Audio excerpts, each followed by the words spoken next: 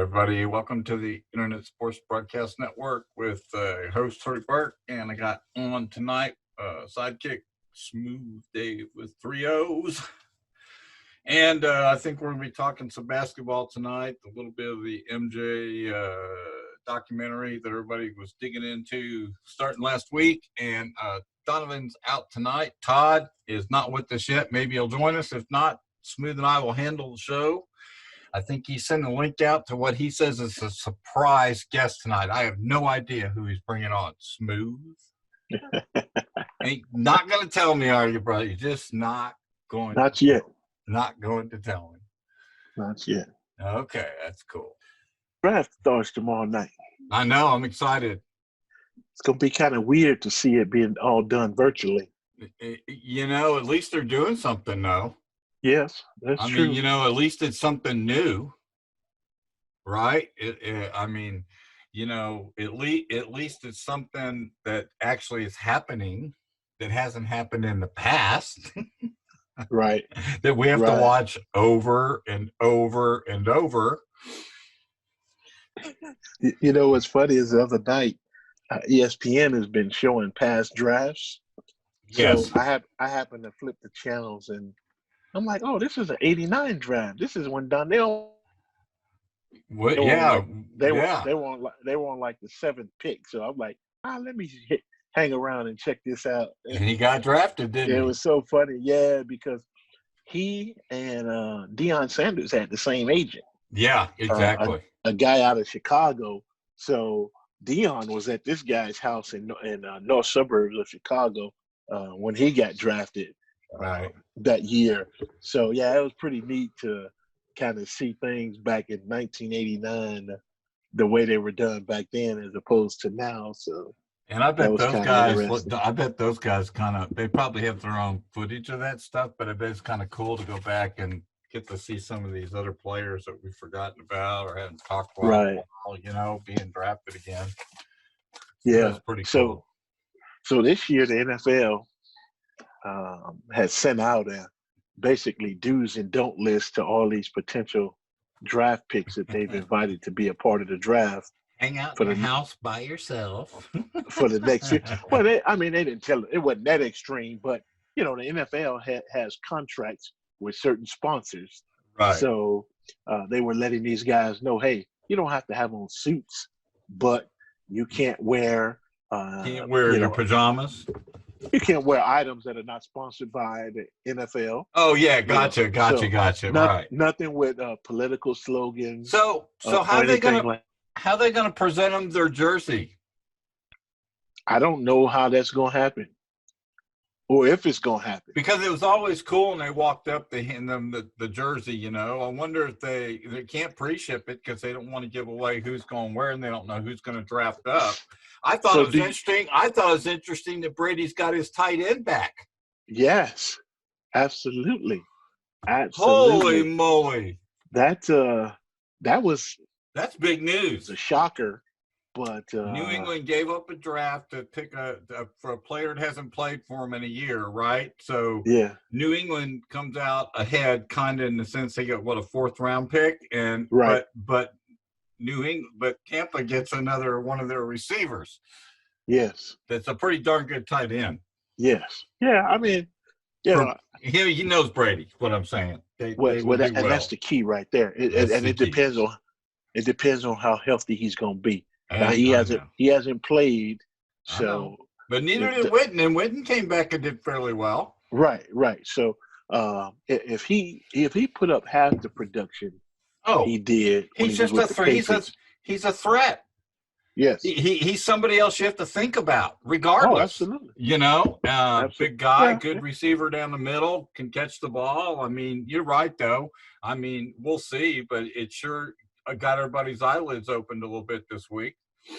Got mine eyelids open. Well, if you look at that offense already, yeah, you know, they got, Mike Evans. Right. You know, Chris Godwin, receiver. Right. And then, they had a great tight end already in O.J. Howard out of Alabama. Right. You know, he might be on the trading block now. I don't know. They may keep. I don't know, man. I would keep a second great tight end. You never know. In today's league, Yeah, that offense right now on paper could be Looks pretty pretty strong. good. Looks pretty Yes, sir. good. Absolutely. So that'll be interesting to see Tampa Bay. Who's How their they do. opening? If everything goes according to schedule, who does Tampa Bay open up with this year in the schedule? Do you have that in front of you by chance? I don't think they've released the schedule yet. Yeah, they haven't released it for this year yet, have they? Yeah, Okay. no, All right. Cool. no. So Man. wouldn't that be funny? Yeah. Opening night on Thursday, Tampa Bay, New England. Yeah. Well. Yeah. That would be good. For who? Yeah. Good for the New England fans or good for I mean, I don't know who that'd be good for. That'd be good for fans in general. It'd just be good for football, I guess. Yeah. Be a lot of hoopla. Yeah, to see those guys square off. So while we're waiting for our special guest, who's a surprise, who I have no idea who it's going to be tonight because Dave won't tell me. What else going on this week, brother? Been keeping up with anything? I guess announcing that maybe some of these athletes want to get back to work fairly quickly, middle of May, something like that, maybe. Yeah, I heard today that they're going to do this charity golf event with Tiger Field, Brady, and Peyton Manning. That'll be fun. In May. That'll be fun. Yeah. When was your Bo Jackson golf tournament you were going to? Was that canceled?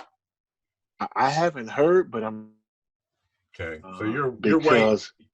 I'm waiting to hear, but from all indications, what I hear up in Chicago area, the mayor keep this stay at home in place maybe through June. Oh, so yeah, I can't see that would. Yeah, that ain't gonna happen for you this year, I don't think, buddy. Yeah, no, I'm not expecting it. So yeah, well, that's cool. At least they're thinking about that celebrity tournament thing. But like we talked about, golf was one of the few things you could probably get going fairly quickly. To give us something live. I mean, I can't. Like I told you earlier, the draft, is goodness gracious. The draft is the only thing live we've had to mess with since March the 15th, somewhere in there. Yeah. And April's almost over. We've been a month and a week without any live sports. Yes, sir. So it's now starting to sink in a little bit. It's only so much of old footage that you can watch. Especially if you know the outcome because you've kept up with it. You know what I'm saying? It's one thing to be caught off guard with something you hadn't seen in a while, like maybe a great basketball game with the Celtics and in the New York Knicks or something like that, right? From the real old days. But some of the stuff they have on now, I've seen. I watched it. I know what happens. So, but at least it's something. Yeah. So it's we'll hope that soon we'll have something. Yeah. Sink our teeth into. So how have our guests enjoyed the ones that have been on? They enjoyed the show. Did they enjoy doing it with us? We talked about that earlier today. Okay. And he was very impressed with the show. Really? Man, yeah. I had to tell him the story about how I got connected with you through Rob and how that happened. And so, he was very impressed. He really enjoyed the show. Well, we don't get as big a following as I'd like because we're competing against the whole world now on the internet. But you know what? At least we're getting this for our own satisfaction, right? We get to talk to some great guys, and that's all really matters, isn't it? Right. We get a little bit of listening audience out of it. That's cool. Hey, got somebody it's admitting themselves here. So Dave, just having some fun. Hi, James. All right, Dave. We get his audio connected here. You can tell me, Smooth, you can say hi. All right. I think he's in. Are you there, buddy? Yeah. What's up, Dave? How y'all doing out there? We're doing good. Man. So Dave wouldn't tell me who's on. Smooth? Well, I'm going to tell you right now. Okay, that's fine. That's funny. I'm going to tell you right now. So, the whole world was tuned into the Absolutely. Last Dance documentary on Sunday evening. Right. And so we have on with us, and I had to dig in the crates to get them. But I have on security extraordinaire. He worked security during the whole Bulls title runs Really? for the Bulls out of Chicago. Welcome to the show, James Campbell. Hi, James. Thank you, guys. Glad to be here. Oh man, we're missing two guys tonight because, believe it or not, they're actually working, which is cool. But we just have fun. We sit around the kitchen table and talk sports, right? And then we put it back up as an archive. So thank you for coming on. And my name's Hurdy, by the way. I'm the only Hurdy you'll ever hear of. But thank you for coming on. I promise. So, gosh. Smooth, jump in on this one. I'm just going to sit back. So go ahead, James, and tell us a little about yourself and what you did for the Bulls. Okay, James, for the Chicago Bulls, Blackhawks, and United Center joint ventures. I basically oversaw all the events and Bulls security from 1991 to 2003. Oh, wow. Prime time. Yes. So holy cow! I was there when all the things that happened that you saw previous on episode 1 and 2. Yeah. Nice. All the good stuff. Yes, and and you watched that yourself the other night, and of course, you made a few cameo appearances the other night, and I expect to see you a lot more in upcoming episodes. But what was that like for you watching that and the memories that it brought back for you? Guys, I tell you, it's hard to explain because you was in the moment and it was just great. I'm telling you, from the time Michael did decide to come back in 95, things started to really, really, really explode and jump, because, we just opened a new building up that year, 90, 94, 95. Michael came back that winter, which was the 95 season, and back in March. So at that time, new building, which there was always, this was the house MJ built, but will MJ ever come back and see the glorify of the building that he actually built from the old stadium and created the new building across the street? So during that period of time, it was like it just went from like night and day. I mean, the media, the credentials and everything went from just normal. I mean, Scotty was doing a great job holding the Bulls as much as he could. And you probably remember during the time when the hype was coming out, you saw Scotty with a pair of Jordans, which Scotty never wore Jordan shoes. He never wore Jordan shoes. And they caught him on video waving his little finger, said, "Come on back." And at that point, it exploded. Yeah. Wow. Yeah, it was brought back a lot of memories watching that the other night, and so you came in. You said in '91, so that was the first championship year, right? Yes. Nice. Wow. And I guess my question is James, what was being security like? Did you bite your nails a lot for the next 5-6 years, or because man, it was Michael Jordan Crazyville.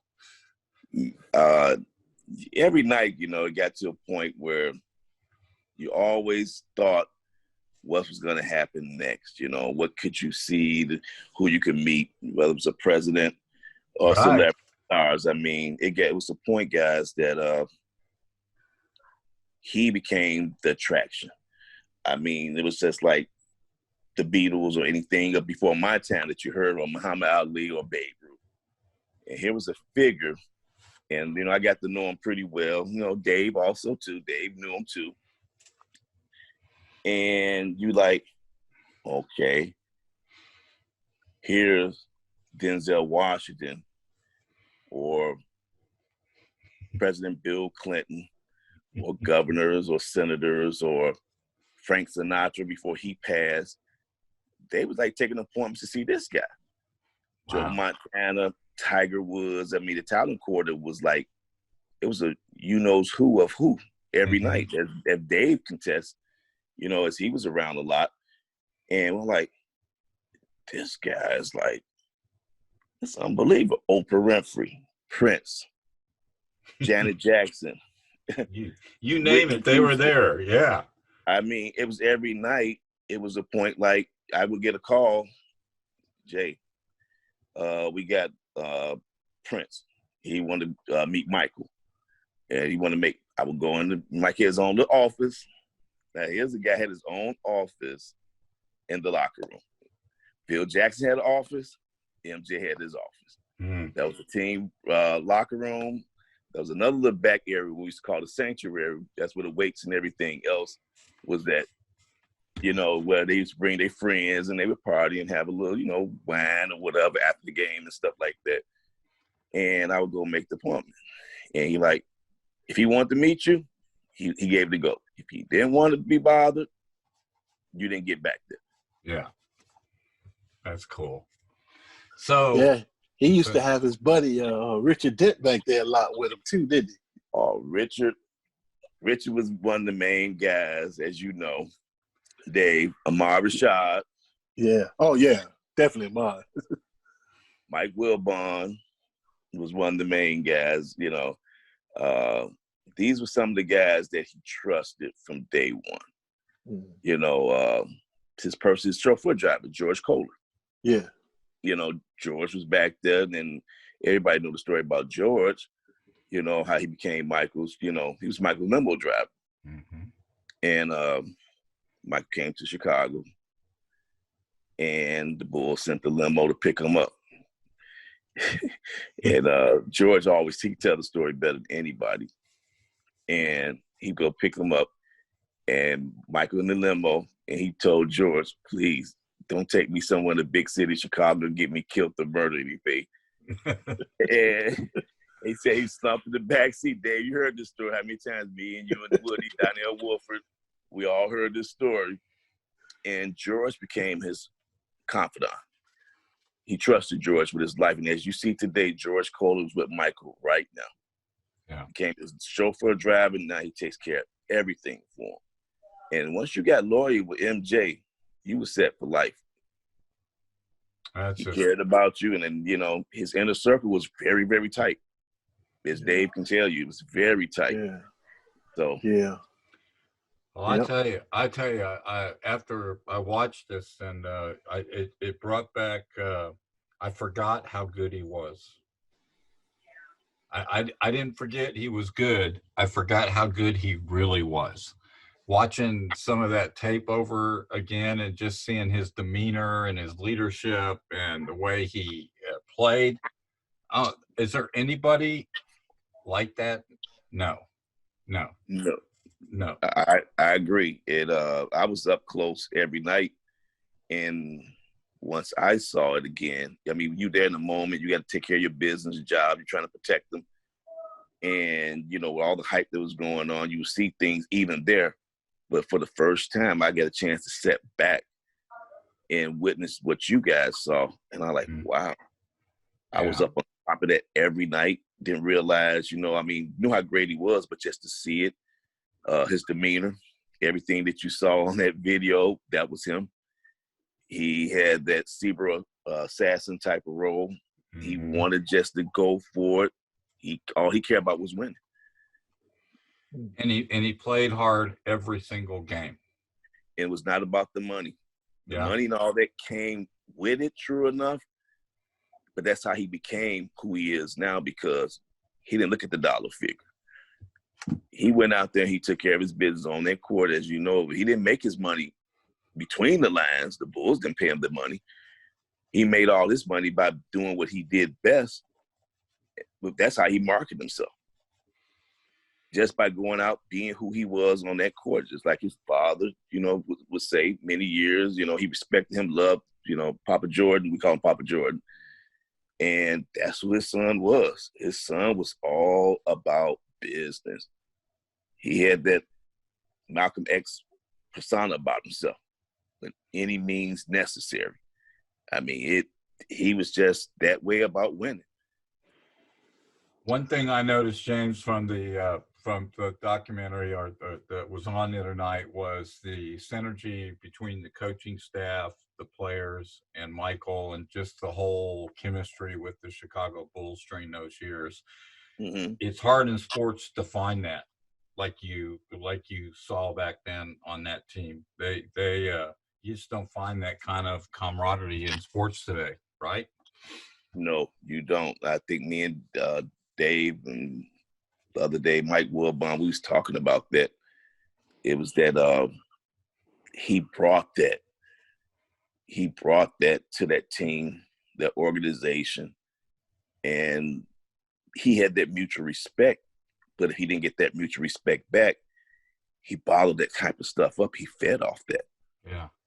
He fed off the negativity of anything someone said against him.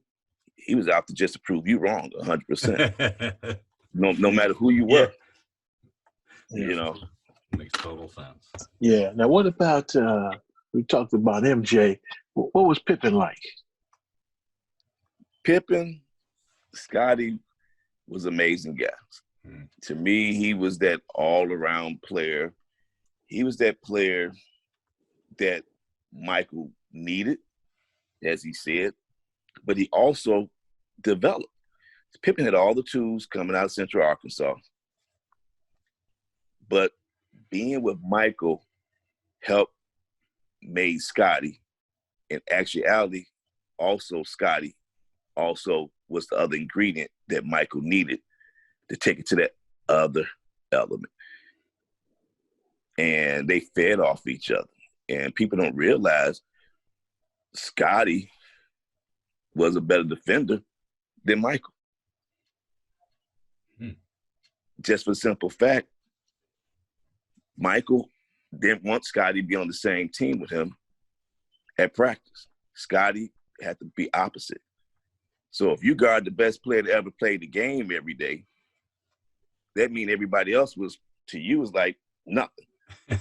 Yeah. Yeah. So, and makes sense. It means Michael told him, I want you to come at me. I'm going to come at you every day. And that what mentally made Scotty. And Michael would give it to him real bad. But it also made Scotty great. Both great. You know, and then, you know, Scotty would get some once in a while on MJ. You know, so it would bring that even best. So Michael knew what Scotty can do each and every day. And then what happened was he finally called Scotty out. And that was Game 7 against the Detroit Pistons at the Palace when the famous headache came. Everybody remember the headache, right? Mm-hmm. Mm-hmm.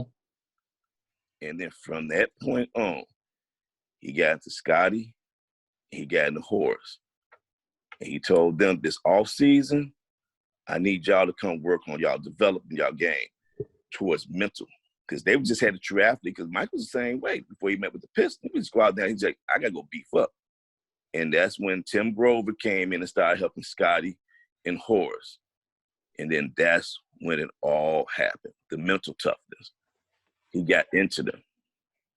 You know what I mean? It was just like that furnace that was fueling him. When he got into it, he just wouldn't let go. And some guys couldn't take it and some guys could. So they worked with him that whole summer. After that, the rest was history. Yeah. The rest was history. That next year, it was history. You know, Detroit, the Pistons was history after that. I remember back before they won their championships, how close they were with Michael for a couple of times, right? And you just knew they were going to break through the bubble at some point, right? But I remember how close they were to coming. Everybody used to say, man, they're going to get there. They're finally going to get there and win this thing. So look at them. Dynasty.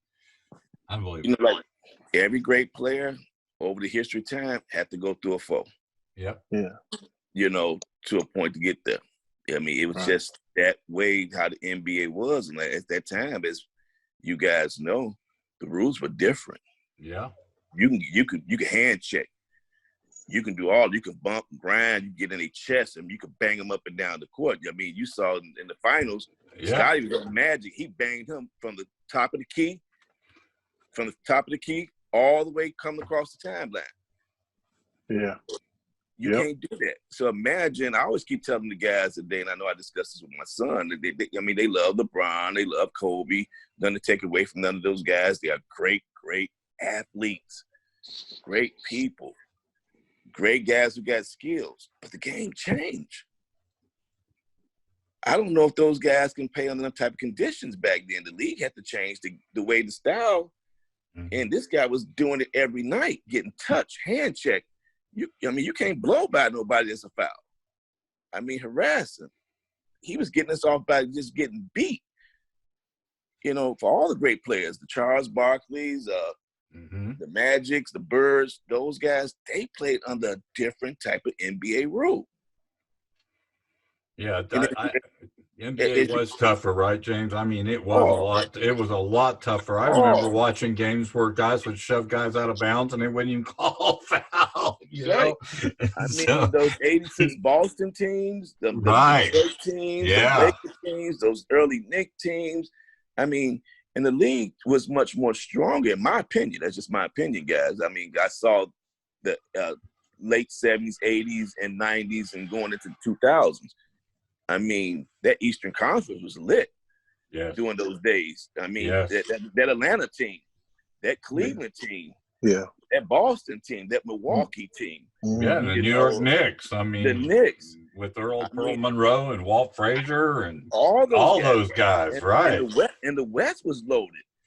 You know, those Denver teams, I mean, it was just loaded, so every night was a challenge. Right. So as the things started to happen, develop, the teams got weaker as they wasn't in the mental state. And then doing that change after Michael made that change, after he took that time off, that's when the league was starting to change. The young guys were starting to come in. They didn't respect the game. Me and Dave, we talked about that before. The guys come with the baggy pants. They didn't want to come in with the suits and all that. It was a different style. They didn't respect the game. Yeah. The Shaq era, those guys were starting to come in. They like, let's teach these guys. So when they got Dennis and everything, it became like our era against that new era. That was a change at the time was happening. And that's why Dennis said when he went down to San Antonio, he flipped out a lot more because he thought they were soft.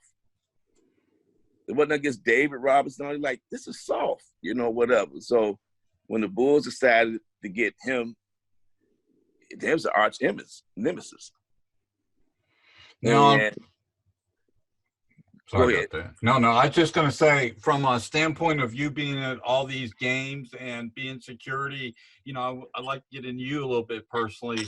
Was it just super exciting to be at that arena at home games and watch these guys play just about every other night? I mean, I was excited like a little kid. I'm not gonna, I mean, I would think going to work would have been fun. I know you had to take care of business, but I would think that would just be super fun to be around these guys, right? It was Dave? fun. It was fun. It was fun from the time you got to the building that you got there about 4:00 and didn't leave out of there to about maybe 1.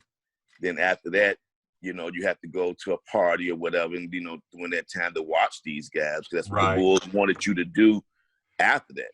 To keep an eye on Dennis, Scotty, and there was something every night with some kind of party or some place to go or some PR place. Some celebrity was in town throwing this, and it was just fabulous. I used to wonder, like, wow, how do these guys do it? I used to always wonder how Michael, Dennis, and Scotty and these guys do what they do, and all the events they have to attend to, and the personal PR things, and then have to play the game or commercials or this and that. I'm like, how these guys get the energy to do that? But they did it. And Smooth told me he's 10 years older than he really is because of all that. Yeah, I agree. Yeah. I agree. So messing with you, Smooth. Go ahead. So now here you are, night in and night out with these guys during that time, and so you obviously formed some relationship with these guys. I'm off the top of your head. Who would you say? No given year, just throughout your time there, who would you say was the coolest, most cordial, and who maybe was not so cool? Okay, talking about the team? Yes. Oh, God, on the team. They all were tight, honestly. Paxson, Kerr, all those guys, Bushler. Yeah. I mean, the team was solid along with the coaching staff. Right. I'm telling you, they were the best of the best for a team spirit. You go back and look at great teams that were together. That's right. Cincinnati Reds come to mind because of me being old in baseball, right? When they had Pete Rose and Joe Morgan, and those teams stayed together years and were fantastic, right? Well, the Chicago Bulls were the other one. Those guys were inseparable. They had their squabbles at practice because things get heated, but that's normal. That's what brothers do. But when they play on their court, that mean they were solid. And as you saw, the team was that tight. They looked out for each other. If somebody did step over the line, to a point, they would tell that individual, to a point. But it wasn't no one on that team was a jerk, at all. I mean, they all got along no matter what. It was, I hate to say it, and, I said, I don't like to talk about anybody that's passed, and everything, God bless his soul. It was Jerry Krause. Yeah. It was Jerry Krause. He was a difference. I mean, with staff, the security, the coaching staff, as long as you got along with that team or something like that, I mean, he had no personality, to a point, like Steve said, he just couldn't get out of his own way sometimes. Yeah. Yeah.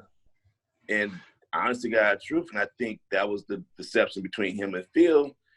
Phil stayed in the middle. He had to protect his player. Also, he had to protect management. But if management at that level from Krause was that way, that was the deception was right there.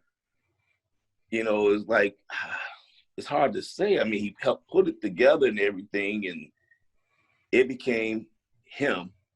And he could have been a part of that, but he allowed himself, he just couldn't get out of his own way. Yeah. And did any of these guys have nicknames we don't know? I'm always asking in between stuff. I can't help it. Oh, God. You don't have to think of any tonight. I'm just saying. Oh, God. Sometimes there's these secret nicknames they give each other, right? Yeah. I won't. You don't have to get into it. Never mind. I'm so close to all I can't. I know. I'm sorry. I had to ask. I'm on it. Put it this way. You'll start hearing a bunch of them in the next. Yeah, I was going to say the shows are coming, right? It's coming. It's coming. Yeah. Okay, cool. It's coming. Hey, one more thing from me, and then I'm going to let Smooth jump in. What I was amazed about once again when I watched this was I forgot how Michael could hang in the air to finish shots. Unbelievable. How he could get off the floor and stay airborne for as long as he could and get a shot off. Unbelievable. Just had to throw that out there. Yes, you're right. And then when you sit, behind the Bulls bench and you courtside, you seeing this and you see the vertical leap, and then it's there. And the hesitation of hanging. Like you can stop your body in air like a video game and do the things he did. It was no more than what Larry Bird said. It was basically God inside of Mike pretending to be Michael Jordan. Right. The other guys are already landed on the floor when he was still going up. And I couldn't that's put that way. That was a God-gifted talent. I agree. We all have certain things that we get from the Creator. We found his. He did. And that was just amazing to see him do that stuff, how he hangs in the air. Yeah. I still remember the one in 91 that he did on Magic in the Lakers. Against the Lakers, yeah. That one there, that just like, whoa. Yeah. I mean, even Magic, and it's hard to get Magic. Magic was a hard person to, him and Bird, like you have to really prove yourself to them guys. Yeah. But once they knew, and once Yeah. they started saying, and Magic like, whoa, what was the hell was that? I mean, they all jumping up. Now he leaked before them. They come up after him. Right. And then they coming down. He's still there, hanging, and wait till they drop. And Right. then move. I'm like, oh Lord, what was that? It's just unbelievable. I forgot just how long he could hang, especially when he did all his kind of double reverses around the basket, where he do reverses and could go underneath and come back around and still be airborne. Crazy. All right, enough. Yeah. But all right, Smooth, go ahead, man. I So, took up way too much James time. No, you didn't. No, you didn't. Yeah. No, you didn't. Yeah, let me ask you this. I mean, there's a lot of great memories throughout the years there. Could you pick out one that stands out to you, personal memory, being around those teams? I can tell you the one. They all was great. Don't get me wrong. All the years, even the ups, the downs, and the comebacks and all that. But Father's Day. Game 6 against Seattle. And it was something different about that game. MJ pulled in there earlier than what he normally do. And he wasn't joking. He always prankster, this, then the other, always upbeat. It was something different. He was quiet. And in the locker room, I went down to talk to him. I said, I always called him Money. That was my name for him, Money. I like Money. I said, what's wrong? You sick today? What's the name? No. I'm thinking about my pops. Because this was the one after baseball and all. Then this is the first time that he never traveled the road without his father. Yeah. Before that, his father was at every game. His father was his closest friend. Yep. And this was the journey without his father on this comeback. And in that game there, that was the one. And he just said that. He said, I don't want to fail him, And I like, oh, you're not going to fail him. Whatever he said, I know. He said, but this is special. This is his day, his Father's Day. And he was just something different with that journey from coming back. And then once he won it, he sat on the court and he ran into the locker room. And we had to kick everybody up. So for some reason, I couldn't get the door close enough for NBC got in the locker room. Because, that was the first time. We always see about the tear jokes on the Instagrams and stuff about Michael crying, right? Right. It was the first time he let his emotions go. And that was the first time his emotions ever got caught on TV. He wanted that moment. He had that ball about his father. That was the one. That's when he was laying on the floor. Laying on the floor, balling like a little baby. Yeah. For some reason, it was on me, whatever. We ran through. We tried to keep the door closed, and NBC was just running. And NBC got that footage, and that's when he was on the floor in the trainer's room. And he's bawling his eyes out about his father. That was the one. That was the one. Made him real, though, and he's always been that way. I mean, the thing I picked up from him is in this documentary is when they're showing him in real time, sitting in his chair, reflecting back, and then seeing how he was. That's Michael. That was cool. Yeah, you'll see that. You will see that they will show that again. Coming up, down the stretch. I think it's episode 5. Good. You'll see that, and they will talk about that. That was the one to me. And that's going to be a classic documentary. Take my word for it. That's going to that'll live forever in sports. That'll be played so many times in the next 100 years. It'll be incredible. When they decided to do that, we was told, and I talked to Dave and different ones early, we knew going into that season, we knew it was this thing that was going on. It had already been started. It really started when they were 72-10. And that's when the stuff was still started. That was starting to happen then. It was 2 years prior.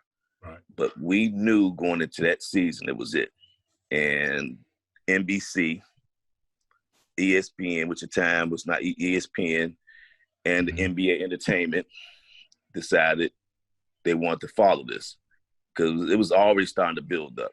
This was it. No matter how we looked at it, this was it. And nobody knew about this at that time to now. And we had a gag order that we all signed that we can't talk about this stuff. That's unbelievable. That was going around. We all had to sign these things in the Bulls front office, the league, everything was all between Jordan, Reinsdorf, and the league. And Jordan had that much power where he owned the rights to this thing. They could not approve without Jordan. There was so much political that he had. And he blessed this, the behind the scenes thing. And these people followed us all the time, and nobody really knew what they were doing. Because there were so many media cameras and this and the other, but they had exclusive about what was going to happen.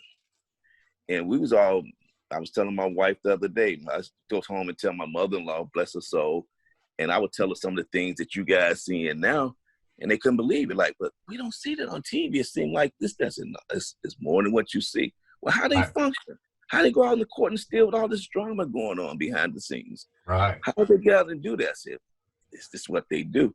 And she always said, you can write a book. I said, well, I have no rights to it. I said, no, even afterwards, I probably can now. But in 20 years, until Michael decided that he wanted to let this out, this was just going to be a hidden gem. With all this footage, you know, as ESPN, the NBA league office head was sitting in a vault. Amazing.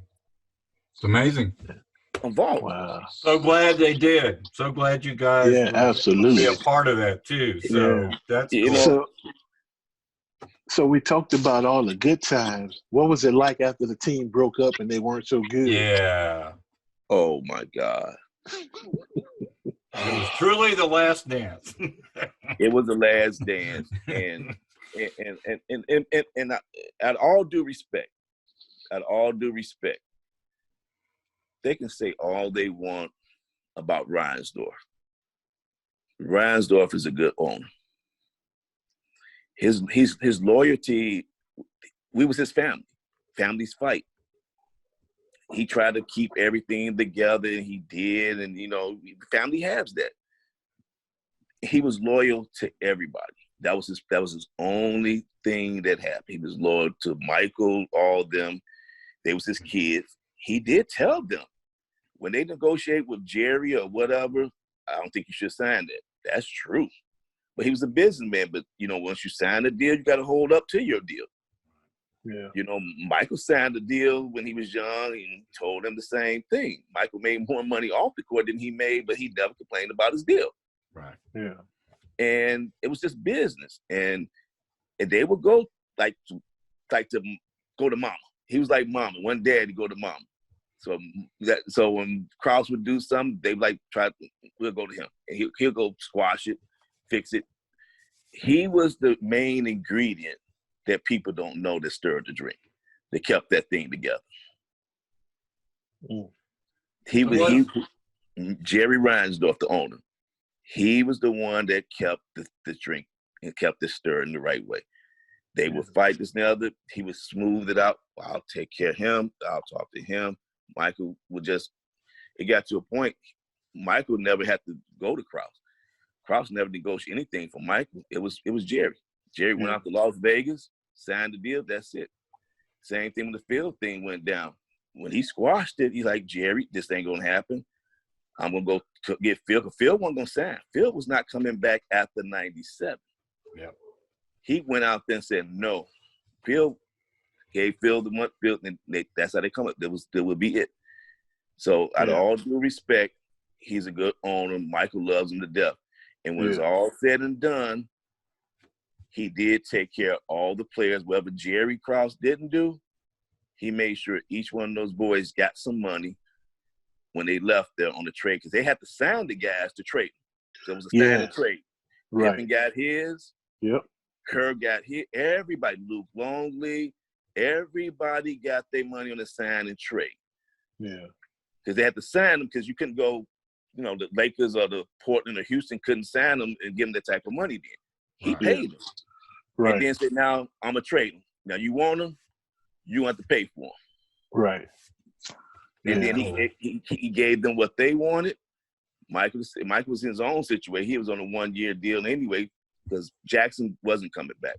It was that bad that would happen. So that's how that went, and it was terrible. It was terrible. And he gave Krause what he wanted. You want this? And he let it. He went so long with Krause. He loved him to death, but he knew he was wrong. And then what he had to do, he fired him. Jerry fired him within 3 years after that. What he wanted to do, he gave him, and it didn't work. And he fired him. Yeah, and it's interesting you say that about Jerry Reinsdorf, because that couldn't have been easy for him, because not only did he own the Bulls, he owned the White Sox as well too.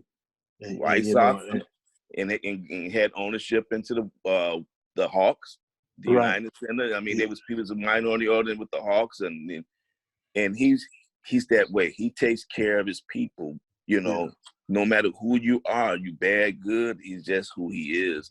Yeah. You know, he would run the string long as possible, but he never had something to do than that.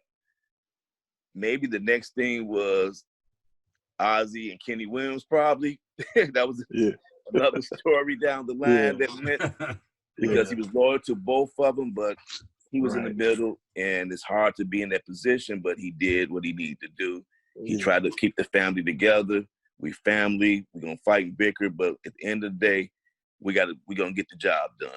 Yeah. And sometimes it's hard being that way when you loyal to every individual employee that you have. Mm-hmm.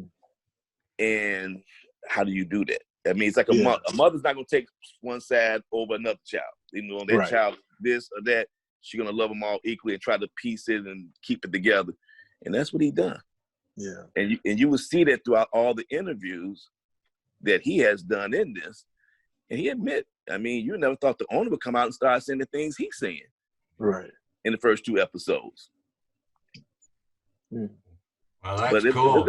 It was terrible, though. It was terrible. Oh, you guys are part of history, and you know, and that's kind of cool. You can associate yourself with that. But James, on a side note, not only about the Bulls, but you know, you oversaw part of security, a pretty good hockey team up there at the time too. Oh yeah. All the great hockey legends and stuff. Chicago Blackhawks were not a bad hockey team during your time. No, even when they win Stanley Cups, I mean, they had some great players, the Chelios, the Roniks. Right. You know, that, and, you know, and I was very fortunate to be in position, you know. Right. In the Works and Reinsdorf organizations to go across the board for all the events and everything. And like they say, you know, Michael built that United Center. And Michael got them into not just sports, but also into entertainment. So, you know, you had about, in a year time, it's 52 days in a year. And out of that, we were at the United Center about at least 200, and with the playoffs and all the concerts and et cetera. It's like 290 something events in the United Center those years that was going around, you know, from all the concerts, saw some of the great performers, oversaw the Frank Sinatra. Anybody that was anybody came to that United Center. And everybody wanted to perform in the house Michael built. Put it that way. They would come in there. Well, show me Michael's locker. Show me this. I mean, here was celebrities would come in, Jay-Z or anybody, and they had their own dressing room. I would open the key and go take them where Michael's dressing room, locker room was at. They would sit in the stall, take pictures and stuff like that. You know, so here was these people in their own right are famous, wanted to see. He wasn't even in the building. Well, show me the locker room. Can you take me in the Bulls locker room? Yeah, exactly. I mean, that's just how cool he was, how famous he was. Oh, yeah. So Smooth Dave, are you gonna point James out on one of the so I can see who he is when he cameos himself? I absolutely will. Okay. I'm gonna come over your house, and when the flute thing, I'm gonna come over your house and watch it with you. How's that? Oh, that'd be great. Yes, sir, man. So that'd be great. James, thanks for joining us this evening. Oh man, this is great. Truly appreciate it. Anytime. I appreciate this, guys. You know, to go back down memory lane. I mean, we can talk forever, I know, but you guys only got short time. But I appreciate it. Yeah. Like I said, I love we'll have you back when it's over. How's that? Talk some more about it. What do you think? Oh yeah. Once it all wraps up. Oh, put this way, Big Papa, he was there. He would be with me sometime. Him and Donnell Wolford. We would go. I mean, he was. I there can't doing imagine his you thing. guys going out. I would have liked to have been a fly on the wall some of those nights. Dave was taking care of all the Bears and all that and other Oh, celebrities. man. Yeah. Big Papa. Hey, he guarded some of the best celebrities. I that know. actually came into the I United know. You know, when I first met him, James, and we were back on the ISBN Sports Network back in 2005 when we met, right? And he came on with me. He kept saying, you know, first we're going to have so-and-so on and so-and-so. And I looked at him and said, who are you? And he goes, oh, well, I did this and this and this. I went, okay.